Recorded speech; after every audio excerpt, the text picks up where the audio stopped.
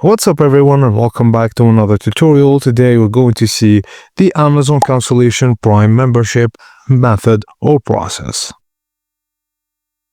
First thing first, go to the Amazon website and sign into your account.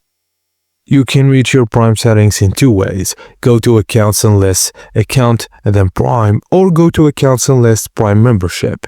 Both options take you to the Prime membership page. Now, find the Manage Membership section on the top right corner, then click Update and Cancel and More. From the drop-down menu, select End Membership. Amazon will then show you a page of highlighting your current benefits and billing cycle in an attempt to keep you subscribed. Now at this stage, you have two options, Remind Me Later or Continue to Cancel. Just click Continue to Cancel if you want to move forward. And that's it guys, as simple as that. Thank you for watching and please don't forget to like and subscribe for more.